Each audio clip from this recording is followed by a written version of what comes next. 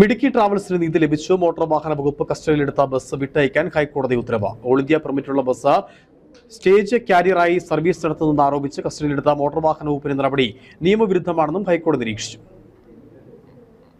മാസങ്ങൾ നീണ്ട നിയമപോരാട്ടത്തിനൊടുവിലാണ് യാതൊരു പിഴയും ഈടാക്കാതെ മിടുക്കി ട്രാവൽസ് ബസ് വിട്ടയക്കുവാൻ കോടതി ഉത്തരവിട്ടത്.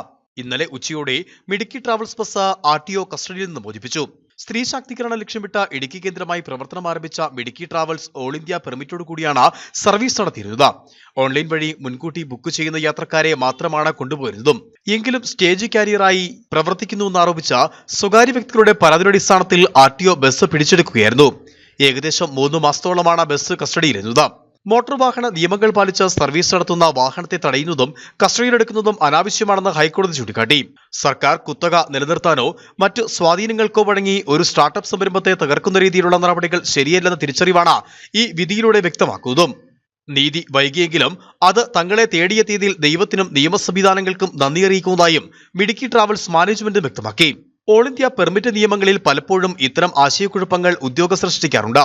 കോടതിയുടെ ഇടപെടലിലൂടെ കൃത്യമായ മറുപടി ലഭിച്ചതോടെ മറ്റ് സംരംഭകർക്കും ഇത് ആത്മവിശ്വാസം നൽകുന്നുണ്ട്.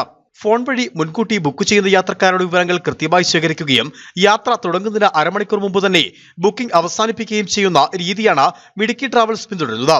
ഓൾ ഇന്ത്യ പെർമിറ്റ് നിയമങ്ങൾ പാലിച്ചു നടത്തുന്ന ഇത്തരം ബുക്കിംഗുകൾ നിയമവിധേയമാണെന്നിരിക്കെ ഇത് സ്റ്റേജ് കാരിയർ നിയമത്തിന്റെ ലംഘനമാണെന്ന് ആരോപിച്ചായിരുന്നു നടപടിയെടുത്തതും.